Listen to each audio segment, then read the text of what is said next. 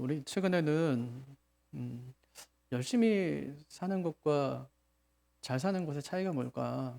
이런 생각을 좀 많이 했었어요. 사람이 보통 열심히 살거든요. 예, 코로나 때 여러분 열심히 사셨잖아요. 근데 또 열심히 산다고 또 다 잘 사는 건 아닌 것 같아요. 그럼 열심히 사는 것과 잘 사는 거는 뭐가 차이가 있을까? 공부에 비교해 볼까요? 공부 열심히 한다고 잘하는 건 아니잖아요. 예, 열심히 하는 애가 있고 또 잘하는 애가 있어요. 근데 아무리 열심히 해도 못해요. 왜 못하나 봤더니 방법을 몰라요. 수학을 어떻게 공부하면 되지? 그러니까 공부 잘하는 애들 보니까요. 미분 공부하기 전에 미분이 뭔지 알고 공부하더라고요. 왜지? 이렇게 물어봐요. 왜? 이렇게 물어봐요. 왜 이걸 미분이라고 부르지? 왜 이걸 적분이라고 불러? 이거 왜 방정식이지? 이렇게 물어봐요. 개념을 아는 거죠. 개념을 알고 문제를 풀어요. 그럼 이해가 쉽겠죠? 근데 그냥 해요. 그냥 공부 못하는 애들은 그냥 하죠. 막 해요. 안 돼요. 왜냐하면 뭔지 모르니까. 미분이 뭔지 모르는데 미분을 풀려고 하니까 얼마나 어렵겠어요, 그게. 성경도 그런 것 같아요. 열심히 읽어요. 100번 읽었어요. 근데 뭔지 모르겠어요. 왜냐하면 이 성경을 누구에게 왜 기록했는지 모르기 때문에 100번 읽어도 몰라요, 그거는. 그래서 저희가 이제 신학교를 가잖아요. 그러면은 성경을 맞닥뜨리고 성경을 본문을 막 공부하는 게 아니고 주변 얘기를 많이 공부해요. 배경 얘기, 주변 얘기, 당시 상황 얘기, 개론 이런 거요. 개론에 대한 거를 계속 훈련시켜요. 창세기 개론에 대한 거, 모세오경의 개론에 대한 거, 선지서의 개론에 대한 개론. 뭐 강도는 이제 스스로 하면 돼요. 예, 큰 그림을 먼저 막 그리게 해요.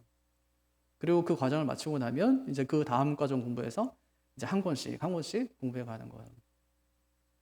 열심히 하는데 어떤 사람은 안 된다고요. 잘하지 못해요. 왜 그러냐? 방법을 몰라요. 방향이 잘못된 것이죠. 우리나라 쇼트트랙 선수들이 잘해요. 예, 열심히 하냐? 열심히 하지만 잘해요. 왜 잘할까? 이유가 있어요. 체격이 좋대요. 그러니까 작은 키, 체격이 좋아. 딱 맞대요. 크면 잘 못한대요. 최신 기술, 극강의 훈련. 거기다 또 하나가 독특한 주법 때문이래요. 갖춘 거죠. 잘할 만한 여러 가지 조건들을 갖춘 거예요. 공부하는 학생들은 이제 공부하는 방법을 잘 알아야 되겠죠. 일하는 사람들은 또 일하는 방법을 잘 알아야 되겠죠. 네, 그렇지 않으면 열심히 하더라도 성과가 잘 나지 않을 거예요. 그래서 열심히 하는 게 중요한 게 아니라 무엇을 열심히 하느냐 하는 것이 참 중요하다 하는 것을 꼭 기억하셨으면 좋겠어요. 간디가 이렇게 얘기해요. 방향이 틀렸다면 속도는 의미가 없다. 여러분 오늘도 열심히 살았어. 여기에 만족하지 말고 잘 살았는지 잘 확인해 보시기를 바랍니다. 룻기의 결론이 뭔가요? 룻이 잘 살았나요? 잘 살았어요. 어떻게 하냐면 끝에 보니까 알겠어요. 룻기의 끝은 해피엔딩이에요. 아름답게 끝나요. 보아스가 룻하고 결혼해서 오벳을 낳아요. 나오미는 그 오벳을 자기의 품에 안고 그 오벳을 키워요. 양육자가 되는 거죠. 오벳은 또 나오미 가문의 기업물을 자가 되어줘요. 그러니까 모든 게 생각지 못한 은혜가 그들에게 임해서 잘 풀리게 된 것이죠. 그럼 이렇게 되는 과정 속에서 나오미나 룻에 열심히 보이시나요? 네, 그럴 수도 있을 것 같아요. 어쨌든지 이제 베들레헴에 도착해서 룻이 곡식을 주우러 밭으로 나가니까 쉬지 않아요. 일꾼들의 말이 뭐냐면 보아스에게 저 여인이 점심에 잠깐 집에 갔다 온 것 외에는 여기서 계속 일하고 있다고 그렇게 하니까 열심히 있었던 것 같아요. 나오미도 마찬가지로 룻이 되어가는 일을 과정을 갖다 보면서 계속 생각하고 이렇게 해라 저렇게 해라 하고 이야기하니까 그들이 열심히 있었던 것 같아요. 하지만 그들이 열심히 이런 결과를 낳게 했느냐고 생각하면 그건 아니에요. 단지 그들은 방향이 참 좋았던 것 뿐이죠. 그래서 1장에 있는 길에서 밭으로 가는 방향이 참 좋았고 또 밭에서 언약을 떠올리는 그 방향이 좋았고 3장에서 기대하는 바가 이루어질 때 서두르지 않고 하나님의 때를 기다렸던 그 방향이 참 좋고 4장에서 모든 것이 회복되었을 때 하나님께 영광을 돌리는 그 방향도 참 좋았어요. 이렇게 룻기가 아름답게 끝납니다. 하지만 저자는요, 이야기가 다 끝난 것 같은데 마무리를 짓질 않아요. 이야기 끝에 베레스에서 다윗까지의 족보를 기록해 놓습니다. 족보를 기록한 것은 이야기가 아직 끝나지 않았다는 것입니다. 그들의 역사는 거기서 끝나지 않고 누구까지? 아직 태어나지도 않은 다윗까지 이어지고 있음을 잘 보여주는 것이죠. 근데 좀 독특한 게 있어요. 왜 족보가 베레스에서 시작할까 하는 거예요. 왜 베레스에서 시작할까? 좀 더 거슬러 올라가면 야곱도 보이고 그 위에는 이삭도 보이고 그 위에 아브라함이 보이고 더 올라가면 아담이 보이는데 대개 성경의 족보가 어디서 시작하냐면 아담에게서 시작하든지 역대상처럼 1장처럼 아니면 마태복음 1장처럼 아브라함을 시작하든지 그렇게 대개가 그렇게 족보가 시작되는데 왜 여기 룻기에서는 베레스에서 족보를 시작할까? 성경의 족보는요, 선택적 족보예요. 선택적 족보. 전달하고자 하는 메시지에 따라서 생략과 중복을 반복합니다. 예를 들어 마태복음 1장의 족보는 14대씩 세 그룹핑을 해요. 어디서 어디까지냐면 1장 17절 보면은 그런즉 모든 대수가 아브라함부터 다윗까지 14대요. 다윗부터 바벨론으로 사로잡혀갈 때까지 14대요. 바벨론으로 사로잡혀간 후부터 그리스도까지 14대더라. 이렇게요. 14대를 세 그룹핑을 하는데 중간에 생략된 사람이 참 많아요. 일부러 14대를 맞추기 위해서. 다윗 같은 경우에는 첫 번째 그룹에서 한 번 나오고 두 번째 그룹에서 또 한 번 나와요. 중복 사용된다고요. 왜 그랬을까? 왜 어떤 사람은 생략하고 왜 다윗은 중복할까? 지금 이 족보가 누구 족보를 말하는 것이죠? 아브라함과 다윗의 자손 예수 그리스도의 계보라. 누구 족보예요? 예수님의 족보. 근데 왜 다윗을 중복하고 있죠? 구약에서 예수님은 메시아는 다윗의 후손으로 와야 된다. 내가 보낼 것이다. 약속했기 때문에 지금 오신 그 예수님께서 구약에 예언된 다윗의 후손으로 예언된 메시아가 맞다는 것을 이 족보가 증명하기 위해서 지금 이 족보를 그렇게 기록하고 있다는 것입니다. 오늘 읽은 말씀은 누구 족보일까요? 18절 보니까 베레스의 족보예요. 베레스의 족보. 베레스의 계보는 이러하니라. 룻기 이제 끝났어요. 그런데 룻기가 끝났는데 족보를 기록해 놓는 거예요. 그 이유가 뭐라고요? 사사시대와 같이 암울한 시기에도 하나님의 구속 역사는 계속되고 있다는 것을 보여주기 위해서요. 사사기, 룻기, 사무엘상이잖아요. 사사시대 300년.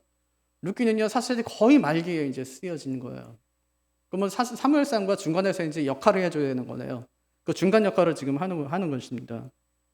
사사시대는 300년 암흑기였잖아요. 근데 사무엘상, 사무엘하는 어때요? 이스라엘이 가장 강성할 때를 기록하고 있어요. 적어도 사울과 다윗과 솔로몬이 통치했던 그 120년의 시간은 이스라엘이 어떤 시기보다 강성했던 그런 시기였어요. 진짜 암흑기와 진짜 강성한 때가 맞는 거죠. 근데 그 중간에 뭐가 끼어 있다고요? 룻기가 지금 끼어 있는 겁니다. 끼어서 그 역할을 감당해 주고 있는 것이죠. 룻기의 주제가 뭘까요? 회복이에요. 1장의 흉년이 4장에서 가득 채움의 회복으로 이어지고 1장에서의 죽고 죽는 죽음이 4장에서 낳고 낳는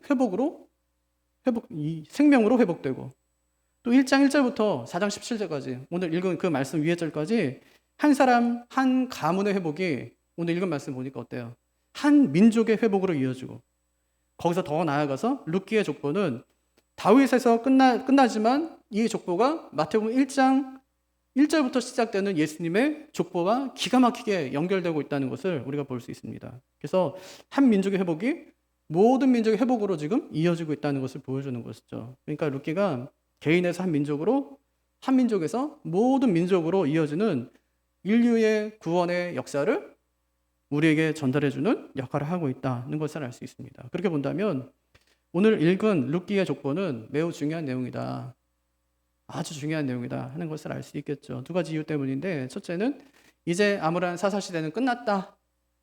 사사시대에 대한 종지부를 찍기 때문에 중요하고 또 하나는 메시아가 오실 준비가 하나님의 계획대로 잘 진행되고 있다. 그것을 단적으로 보여주는 사람이 다윗. 잘 진행되고 있다는 것을 알 수 있죠. 왜 베레스로부터 이 족보가 시작할까? 왜 그러냐면 베레스하고 오벳이 너무 닮았어요. 베레스는 누구 아들이죠? 누구와 누구 사이에서? 유다와 다말 사이에서 낳은 아들이었어요. 유다가 자기 아들 애를 다말에게 줬어요. 결혼했는데 죽어요. 엘이. 그러니까 형사 취수제에 의해서 둘째 아들 오난을 줘요. 근데 오난이 조금 살다가 뭐 형사가 마음에 안 들었던 것 같아요. 말씀 보면은. 일단 정을 안 줘요. 형사한테. 그것도 죽어요. 하나님께서 그걸 악하게 보시니까 오난이 죽었어요. 그러니까 아들만 주면 죽으니까 유다가 자신이 없어요. 이 셀라까지 줬다가는 이제 가문의 대가 끊어지는 거잖아요. 그러니까 주지를 않아요. 어리니까 그 핑계로 이제 집에 돌려보내요. 기다리고 있으면 셀라가 다 크면 내가 줄게. 다 컸는데 안 줘요. 느낌이 왔어요. 아, 안 줄래나 보다. 생각하고 이제 계획을 세우죠. 무슨 계획이냐면 유다 자손의 대를 이을 계획을 다말이 세우는 거예요. 사실 그것은 누가 세워야 되냐면 유다가 세워야 돼요. 유다가 불순종이에요. 불순종. 실제로 하나님 말씀에 대한 불순종. 아니 둘째가 죽었으면 하나님 말씀에 의해서 셋째를 줘야 돼요. 때가 되고 약속했으면 줘야 되는데 불신앙. 불신앙에서 나오는 것이 결국 불순종. 그러니까 다말이 계획합니다. 아버지가 양털 깎는 잔치에 참여했을 때 창기로 변장해서 시아버지와 이제 하룻밤을 보내죠. 그리고 이제 아이를 가져요. 그래서 난 아들이 베레스였어요. 베레스. 이런 우여곡절 끝에 베레스가 태어나서 유다의 가문을 잇게 된 것이죠. 오난도 마찬가지인데요.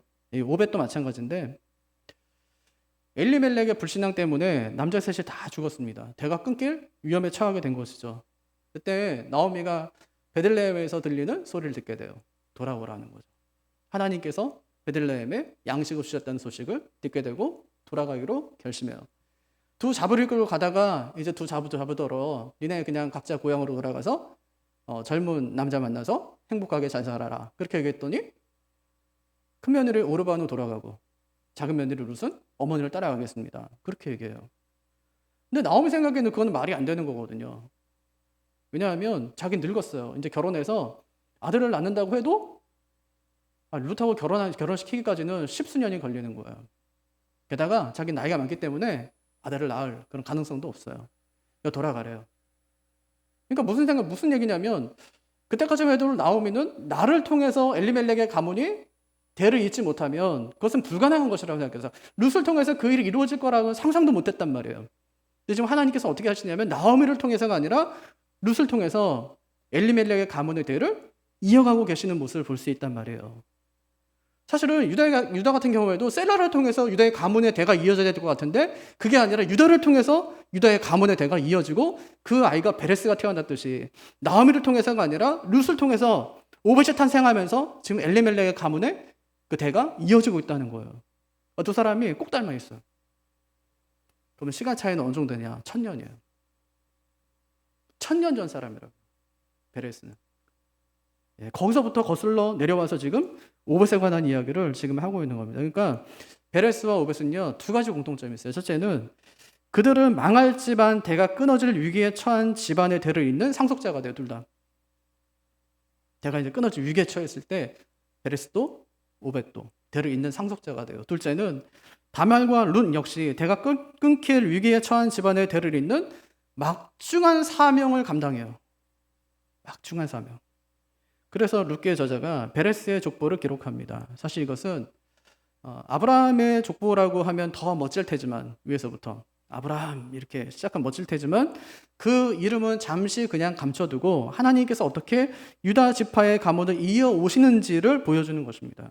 그럼 어떻게 유다의 지파의 가문을 그 명맥을 하나님께서 이어 오시죠? 인간의 실수에도 불구하고 당신이 약속하신 메시아를 보내기까지 신실하게 하나님께서 그를 수행하고 계신 것입니다. 그럼 하나님은 그 일을 열심히 했을까요? 잘하셨을까요? 잘하셨어요. 잘하셨어요. 그리고 마침내 이 족보 끝에 누가 있습니까? 22절 보면 오벳은 이사를 낳았고 이새는 다윗을 낳았더라. 룻기는요 이렇게 자기 사명을 다해요. 룻기는 이렇게 끝났지만 하나님의 역사는 끝나지 않았다는 것입니다. 룻기는 사사기의 후속편 역할을 충실하게 감당하고 있어요. 후속편의 임무가 뭘까요? 후속편의 임무. 그것은 전편에서 던진 문제에 대한 대답을 주는 거예요. 전편은 어디죠? 룻기의 전편은 사사기니까. 사사기가 던지는 문제가 뭐죠? 이스라엘의 왕이 없었다. 사람들이 각기 자기의 소견에 옳은 대로 행했다. 이게 던진 문제였었거든요. 근데 룻기가 그 문제에 대한 대답을 멋지게 해냅니다. 오벳이 이새를 낳고 이새가 다윗을 낳으면서 이스라엘의 진정한 왕이 등장할 것이다 하는 것을 잘 보여주는 책이 룻기라고 할 수 있습니다. 룻기는 끝났지만 아직 끝나지 않았어요. 다윗도 와야 되고 또 앞으로 메시아도 와야 되기 때문에 그렇습니다. 그래서 룻기의 마지막 절은 마침표가 아니라 쉼표예요. 계속 진행형이죠. 이제 룻이 오벳을 낳았으니까 또 누가 누굴 낳아야 돼요? 밧세바가 솔로몬도 낳아야 되고 또 마리아가 예수님도 낳아야 되는 것입니다. 예수님이 오실 때까지 하나님은 절대로 쉬지를 않으셨어요. 룻기는 끝났지만 하나님의 역사는 끝나지 않았습니다. 하나님은 자신의 일을 이루기까지 쉬지 않고 역사 속에서 일하고 계셨습니다. 그러니까 끝날 때까지 끝난 게 아니다. 끝날 때까지 끝난 게 아니다 하는 것을 잊지 마십시오. 인생은요, 하나님께서 끝났다고 해야지 그제서야 이제 끝나는 거예요. 이 말을 했던 사람이 1973년에 뉴욕 매츠, 미국의 프로야구 팀 감독이었던 요기 베라잖아요. 그때 이제 꼴등하고 있으니까 동부리그에서 기자가 가서 물어서 이제 이 리그는 이제 뭐 이번 시즌 끝난 건가요? 했더니 끝날 때까지 끝난 게 아니다. 그래서 실제로 그 해에 동부리그 1위를 차지하고 월드 시리즈까지 진출했던 그 팀 아니에요. 아주 유명한 말이죠. 요즘에도 뭐 야구만 보면은 늘 하는 말이 이제 해설자들이 하는 말이 끝날 때까지 끝난 게 아닙니다. 뭐 이렇게 얘기하는 거죠. 그러니까 뭐 야구는 뭐 투 스트라이크, 3볼부터 시작한다. 뭐 이렇게 이야기하면서 야구는 아무도 모른다. 이제 그렇게 이야기하잖아요. 마찬가지인 거죠. 우리 인생도 마찬가지인 것 같아요. 죽을 때까지 진짜 우리 인생은 끝난 게 아니에요. 근데 사람들은 나이가 좀 들면 이제 내 인생도 다 끝났구나 하고 생각해요. 은퇴를 영어로 리타이어라고 하잖아요. 타이어 갈아 끼우는 거. 그게 은퇴하는 거거든요. 한국 자동차 해체 재활용업 협회라는 데가 있더라고요. 한국 자동차 해체 재활용업 협회. 여기서 내놓은 자료를 보니까 2000년도에는 자동차 평균 수명이 8.3년이었다. 우리나라. 차 사가지고 이제 폐하 찾을 때까지 8.3년. 2004년에는 10년으로 늘었어요. 2021년 작년에는요 15년으로 늘었습니다. 자동차 수명이 그만큼 길어진 거예요. 자동차를 15년 타는 동안 5년에 한 번씩 타이어를 갈아 끼워요. 보통 4, 5년에 한 번씩 갈아 끼우잖아요. 타이어를 간다는 것은 뭘 뜻할까요? 뭐 폐차하고 버리겠다 그러진 않잖아요. 앞으로 조금 더 타겠다는 것 아닙니까? 나이 60에 은퇴했어요. 그러면 보통 이제 한 20년에 30년 더 사시죠? 그 시간이 얼마나 긴 시간이냐면 내가 젊어서 일한 시간과 맞먹는 시간이에요. 그 시간이 20년, 30년 일했는데 은퇴했어요. 그럼 남은 시간이 또 앞에서 내가 일한 시간만큼이 또 남는 거예요. 굉장히 긴 시간이라는 것이거든요. 그래서 뭐라 하는 거예요? 그렇게 많은 시간이 남았으니까 타이어 갈아 끼우라는 거예요. 왜요? 다시 달려야 되니까. 그게 은퇴거든요. 타이어를 갈아 끼우고 어디로 갈지는 아직 정해지지 않았어요. 하지만 타이어를 갈아 끼웠다는 것은 이제 어디든 갈 준비가 돼 있다는 거예요. 오늘 여기도 계시지만 우리 정 선교사님이 그렇지 않아요? 평생 외교관으로 사셨어요. 근데 은퇴하시고 시니어 선교사로 파송받아서 지금 제2의 인생을 사시는 거예요. 젊어서는 국가를 위해서 일했다면 이제는요 하나님 나라의 일을 위해서 지금 일하고 계신 거니까요. 얼마나 그것이 멋진 인생이냐고요. 은퇴는 끝이 아닙니다. 새로운 일을 시작할 때가 된 것이죠. 룻기가 족보로 끝나는 것도 마찬가지거든요. 룻기가 끝났는데 왜 우리에게 새로운 기대감이 생기는 것이죠? 우리가 이제 드라마 보잖아요. 정말 진짜 내가 너무너무 재밌게 보고 있는 드라마가 이제 거의 끝날 때가 되잖아요. 그런 방송사에서 꼭 해주는 게 있어요.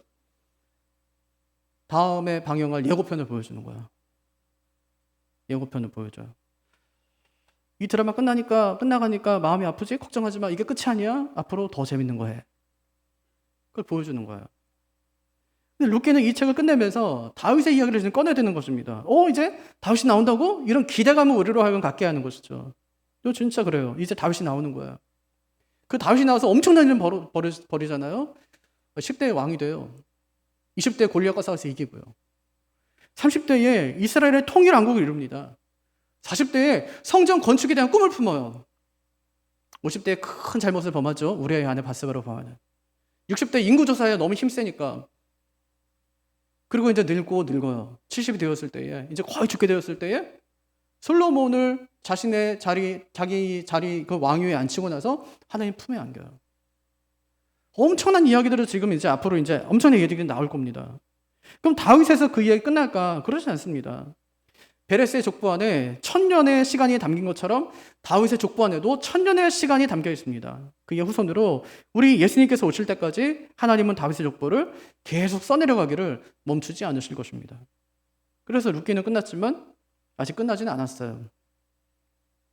마태복음 1장 17절에 나오듯이 아브라함부터 다윗까지 14대요. 다윗부터 바벨론에 사로잡혀 갈 때까지 14대요. 바벨론에 사로잡혀간 때부터 그리스도까지 14대더라 하고 족보의 마침표를 찍을 때까지 하나님의 역사는 계속되고 있다는 것입니다. 그러니까 하나님께서 끝났다고 할 때까지는 절대로 내가 끝났다고 해서는 안 돼요. 특히 내 인생이 이제 끝났구나. 절대로 그래서는 안 됩니다. 왜 그것을 우리가 결정합니까? 그걸 결정한 사람이 열왕기상 19장에 나오는 엘리야예요. 엘리야 큰 승리를 맛보고 난 다음에 로뎀나무 아래서 죽기를 구해요. 하나님 지금이 죽기가 딱 좋을 시간입니다. 이렇게요. 죽고 싶었을까요? 아니에요.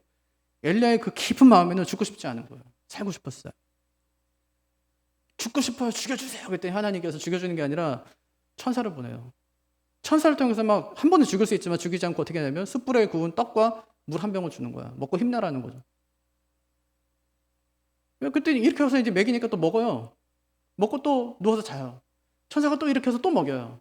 그리고 하는 말이 뭐냐면 빨리 먹고 기운을 차려서 네가 가려고 했던 곳으로 가야 되지 않겠냐는 말을 해요.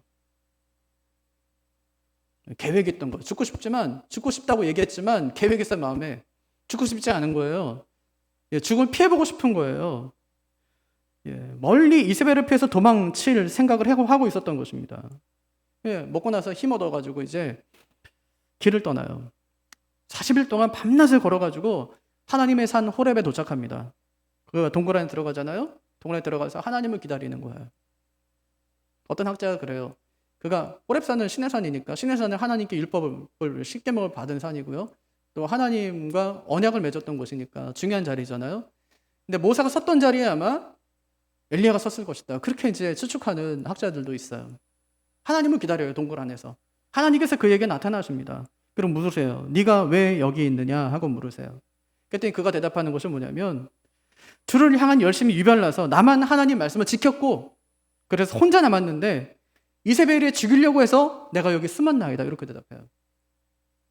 자기의 신앙이 유별을 나서 나만 하나님 말씀을 지켰고 그래서 혼자 남았는데 이세벨이 자꾸만 죽이려고 하니까 무서워서 숨었습니다 하고 대답하는 거예요. 그랬더니 하나님께서 엘리야에게 밖으로 나가래요.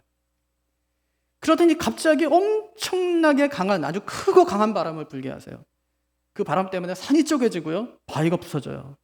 하지만 그 바람 속에는 하나님이 계시지 않았어요. 바람이 그치자 이번에는 큰 지진이 막 일어납니다. 하지만 지진 속에서도 하나님이 계시지 않았어요. 지진이 멈추자 이번에는 큰 불이 막 일어나는 거예요. 그런데 불 가운데서도 하나님은 계시지 않았어요. 이 엄청난 광경이 지나간 다음에 하나님께서 아주 부드럽고 조용한 음성으로 그에게 찾아오세요. 그리고 또 물으세요. 똑같이 물으세요. 네가 왜 여기 있느냐?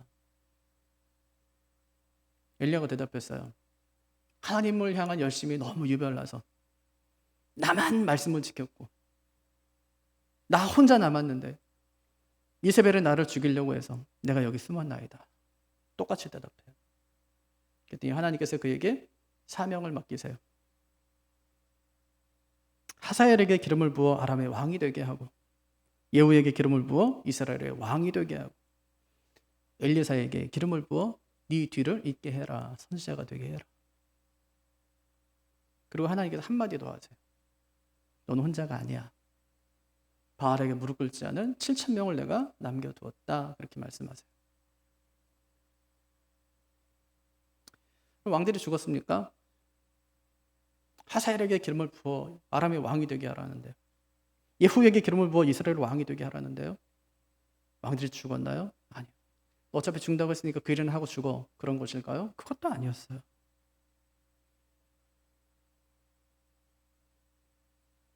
하나님께서 그렇게 하라고 말씀하신 것은 하나님의 통치가 이스라엘에만 국한되어 있지 않다는 겁니다. 이세벨이 아무리 날뛰어도 하나님의 통찰에 있다는 거예요.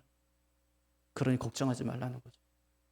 네가 죽을 이유 하나도 없다는 거예요. 그가 너를 죽이는 것이 아니라는 거예요. 엘리야는 이제 다 끝났다고 했습니다. 그런데 하나님께서는 내가 끝났다고 할 때까지 끝난 게 아니다 이렇게 말씀하십니다.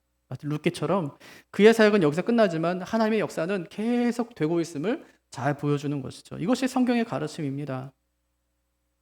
마가복음 5장도 마찬가지거든요. 회당장 야이로가 주님 찾아왔어요. 자신의 병든 딸을 살려달래요. 주님과 가던 도중에 딸이 죽었다는 소식을 듣게 됩니다. 그 소식을 전한 사람이 딸이 이미 죽었으니까 주님을 귀찮게 하지 말랍니다. 그 말을 듣는 야이로가 이제 곧 포기하려고 해요. 그랬더니 주님께서 그에게 하신 말씀이 아직 끝난 게 아니라는 거예요. 아직 끝난 게 아니라 두려워하지 말고 가만히 기다리라 그렇게 말씀하세요. 둘이 같이 집에 갑니다. 갑자기 사람들이 울고불고 난리가 났어요. 예수님께서 말씀하세요. 왜 이렇게 시끄럽게 떠드냐 그렇게 말씀하세요. 이 아이는 죽은 게 아니다. 잔다. 사람들의 반응? 비웃더라. 예수님께서 죽은 딸 앞에 갑니다. 딸의 손을 잡아서 일으키세요. 달리다굼 하면서 소녀야 일어나라 말씀하시니 소녀가 일어났어요. 마가복음 5장은요 죽음에서 끝나지 않습니다. 소녀의 부활에서 끝나는 것이죠. 주님께서 하나님께서 끝났다고 할 때까지는 절대로 우리 인생이 끝나지 않았다는 것을 잘 보여주는 것입니다. 룻기 역시 마찬가지입니다. 룻기 1장은 절망이죠. 나오미에서 텅 빈 인생입니다. 그녀는 기쁨이 아니에요. 자기는 말하래요. 자기는 절망이라고 그렇게 이야기합니다. 하지만 나오미의 인생은 거기서 끝나지 않습니다. 그녀의 인생은 길에서 밭을 지나 밭에서 안식에서 회복으로 이어지는 그 과정을 잘 걷고 있습니다. 남편과 두 아들의 죽음으로 시작된 인생이 보아스로, 오벳으로, 다윗으로 이어지면서 회복을 이어가는 것입니다. 1장은 그녀의 절망이죠. 하지만 4장은 그녀의 회복이고 축복입니다. 그러니까 인생을 끊어서 보지 말고 흐름으로 보라. 흐름으로 보라는 말이에요. 그녀의 인생을 흐름으로 보면 체험이고 회복이고 축복입니다. 그럼 누가 우리 인생을 가리켜 절망이라고 얘기합니까?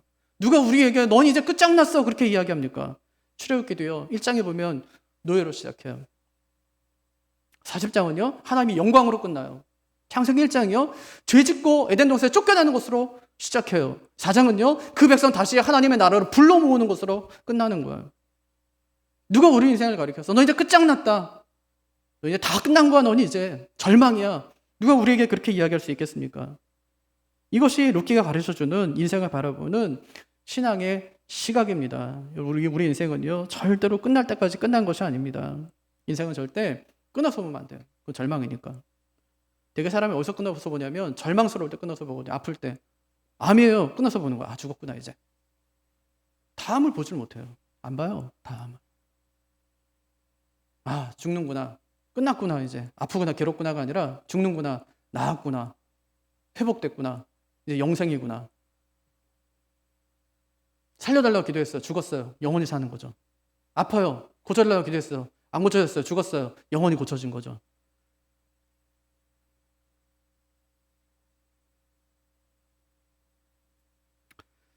룻기를 그런 관점에서 보면 1장의 흉년은 보이지 않고 4장의 다윗이 보입니다. 흉년은 지나온 인생이고 다윗은요 맞이할 인생이에요. 드라마가 끝나서 막 우울해하고 있는데 예고편을 보니까 내가 좋아하는 배우 다 나오는 거예요. 그럼 빨리 끝났으면 좋겠어요. 이거. 그 사람 봐야 되니까. 우리 인생도 마찬가지입니다. 인생의 흉년을 지나고 난 뒤에 누가 우리를 기다리고 있을까요? 우리 인생 끝에 저 끝에 길 끝에서 누가 우리를 기다리고 있을까요? 예수님이세요. 예수님. 누가복음 15장에는 탕자의 아버지가 기다리듯이 길 끝에서 아들이 오는 것을 같이 기다리고 있듯이 우리 예수님께서 그 길 끝에서 우리를 기다리고 계신 거예요. 그것을 바라본 바울이 이렇게 고백합니다. 생각하건대 현재의 고난은 장차 우리에게 나타날 영광과 좋게 비교할 수 없노라. 비교가 안 돼요. 고난이요? 아무리 고난이 세도 그 영광과는 좋게 비교가 안 되는 거예요. 받기 때문에 자기는. 그 영광을 받기 때문에 본 사람들은 이 고난 정도에 아무것도 아니고 죽을 수 있어요. 괜찮아요. 얼마든지 감당할 수 있어요. 왜? 그 영광을 받기 때문에. 알기 때문에 그 영광이 어떤 것인지. 말씀 정리하겠습니다. 그러면 지금 내 인생이 룻기 1장과도 같은 분들이 계실 거예요. 룻기 1장과도 같은 분들. 하는 일마다 안 돼요. 죽고 죽는 일만 계속 반복되는 거예요.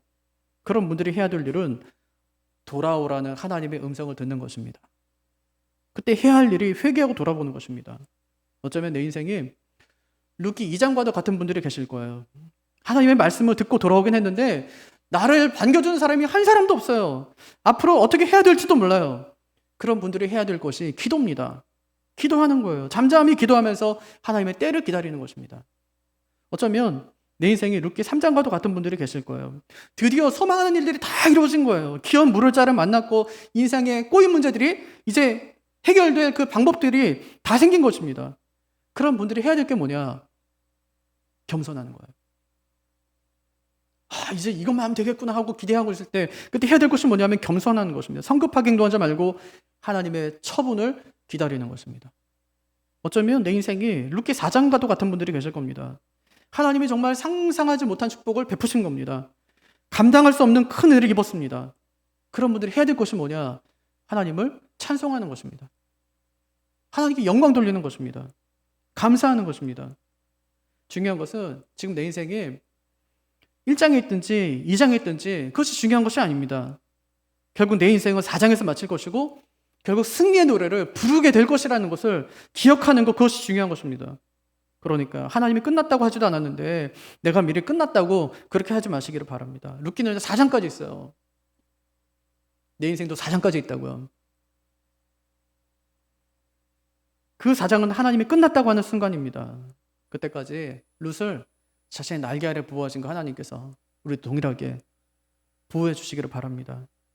하나님께서 우리 인생의 마침표를 딱 찍을 때까지